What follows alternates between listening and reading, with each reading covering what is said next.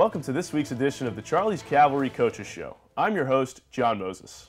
Later in today's show, we'll honor our Student Athlete of the Week and talk to Chargers head football coach, Pete Rossimondo. But now, we're joined by head women's volleyball coach, Robin Salters. Robin, thanks for joining us. Thank you.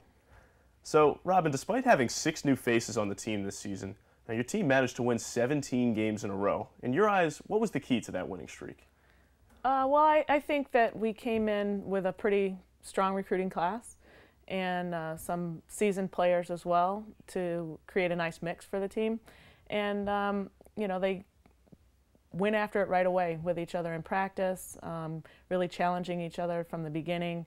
We were very pleased at the start of preseason as to how things were going. And, unfortunately, it didn't translate to our first few matches at the start of the year at the tournament down in Florida, but we came back from there having learned from the experience, and that was the reason we went down there in the first place, to challenge ourselves early, and I think that's sort of translated to some success since we came back. Right. How many other teams do you think start 0-4 and then win 17 in a row? It just doesn't happen very often. Yeah, it's probably not that common, but we're just glad that we were able to turn things around and not get bogged down in the early losses and not sit there and lick our wounds and hang our heads. We came back and regrouped, refocused, and got to work. Of the 5 freshmen on your team this year, who has surprised you with their performance? It's been an interesting year. At different times, different people have stepped up. Through a number of different circumstances, we find ourselves having to start a number of freshmen, 2 consistently with Kalana Ane and Kristiata Funwa. And while we didn't anticipate starting them at the start of the year, they have stepped in and performed admirably in their positions, and I'm really proud of both of them. But I think all of them that have been called upon for whatever reason have come in and performed to the best of their abilities, and so as a team, we're pretty happy. Senior Chelsea Alpo was named Northeast 10 Setter of the Year for the 3rd consecutive season. Talk a little bit about her game and what her effect is on your team. Chelsea's a very good setter. She has very good court awareness as a setter. I've said to several people that she has the best ball control on a forearm pass, on a pass off of the net that I've seen. And I was a setter. I'm pretty hard on the setters that I've recruited over the years. And she has stepped up to the challenge, and I think she, at times, can make our team better when she makes good decisions. She can make the other teams have to think and really be on their game. Now, your team has had an impressive run of success in the regular season, winning 59 consecutive regular season conference games. Now, what does that run of success mean to you? It's wonderful. It's a tribute to the players that we've had in the program, to their desire to want to keep that tradition going, keep that streak going. We don't talk a lot about streaks and consecutive this and that. We go after it one match at a time, one day at a time, and in our conference sometimes it's one set at a time. I mean, we found ourselves down 2-0 early against Franklin Pierce and came back and won. We found ourselves down a number of times and has really showed a lot of intestinal fortitude, as they say, to really come back and win some of those games when we were down. Year after year, you manage to recruit talented players, and every week it seems like there's another player that just steps up. What are some of your recruiting strategies, and how do you manage to bring in talented players every single season? A lot of it is just luck, to be honest with you. I have a good graduate assistant who really has been very helpful to me this last year, 2 years, in bringing in the class that we brought in this year for sure, and the kids that we're looking at for next year. She's been a huge help in, ferreting out the good players for us. And then, the tradition of our program and the success of our program does get a lot of players writing to us. I've got coaches out there who call me about players. So, with the traditions that we have, the success that we have, the nature of our program, I think that brings a certain kind of player to us automatically, and then it's about finding the right fit. Well, before the season, sophomore Amber Kennedy was not expected to start in the middle, though she's actually been the starter for just about the entire season. Yeah. Talk a little bit about the circumstances that led to her being the starter and how she's handled it this year.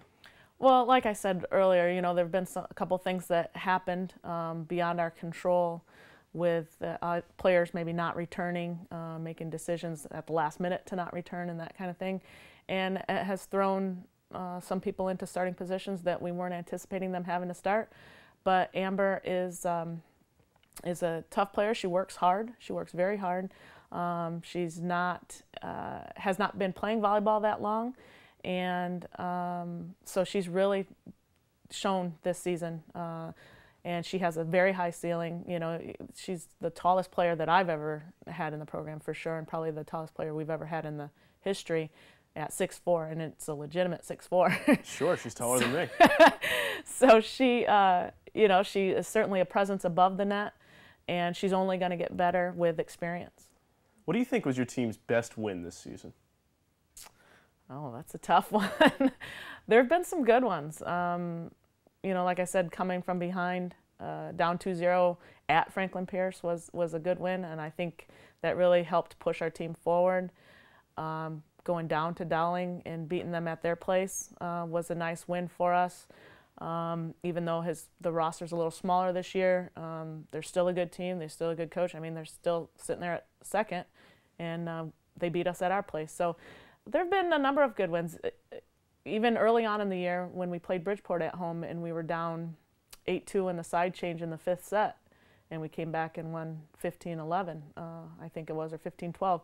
I mean, I think the team's shown a lot of heart for having a relatively young team, and we're hoping that we'll continue to keep going in that direction. This season, you became the 25th coach in Division II women's volleyball history to win 500 games. What does it mean to you to be talked about as one of the greatest in Division II history? Well, I don't know if anybody has said that, but it's great. It's not all about the numbers for me. I mean, obviously the players get out there and they win the games. I mean, you can only do what you can do as a coach. You can try to recruit the right kids. You can try to give them the right game plan. You can try to teach them the right skills, but they have to go out there and do it. And so I attribute those victories to all the players who have played in our program for me. Junior Katie Candelario was named Northeast 10 Player of the Year. She is the third different Charger in the last 4 years to win Conference Player of the Year. Yeah. How does she compare to the last two that won, Sarah Momlove and Rianne Niles? Very different. Very different in comparison. Rianne was a middle, a tremendously athletic player, great jumper and things like that. She was a presence. Sarah was a different player in that she was just super competitive, and she hit a heavy, heavy ball. As a left-handed player, moving her to the outside hitter position really made it difficult for our opponents. And she was super competitive, and I think that's what made her. Katie's very different in that she is very much a complete player, meaning she has a lot more experience than those two did in the sport of volleyball. She's been playing for a very, very long time. But she's a 6-rotation player who I could count on to do anything. If I wanted to make her libero, she'd go, okay, coach. If I wanted to make her setter, she'd be super excited because she thinks she could be a good setter. So, she's a different player for sure. She's not afraid to put the team on her back and do what it takes to try to get the win. Well, last week your team lost to UMass Lowell in the quarterfinal of the conference tournament. Tell us a little bit about that game and what really went wrong.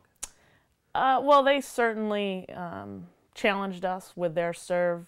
We had some different players in our starting rotation, some less experienced players, and they certainly saw our weaknesses and exploited them to the point that we never really got on our feet. And so that's more of a tribute to them. I think that when you can't pass in volleyball, when you can't pass and play defense, it's kind of hard to win some games. And we struggled defensively for sure and out of serve receive. And it got other players, trying to do more than they should. And we were just off altogether. Not to take anything away from Lowell. They did a great job, and they deserved the win that day. Your senior class this year has had an unenviable run of success, over the last 4 years. Talk about the 3 seniors on your team and what they've brought to the program and how they've grown under you. They've grown tremendously. They've matured.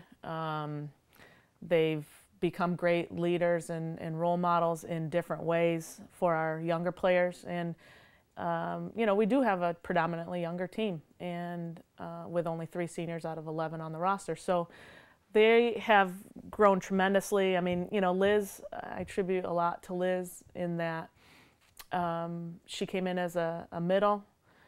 She's played 3 years as a middle, and then at the start of this season tore her MCL or something early on in the year, and she could have just said, you know what, because she's planning on going on to medical school, so she could have just said, you know what, I'll just cheer from the sidelines and go ahead and get the surgery. But she said, I'm going to put off the surgery and I'm going to do what I can do to help the team win, and converted her to an outside hitter. And if I ask her to do something, she'll do her best to try to get it done. And that's a sign of great maturity on her part.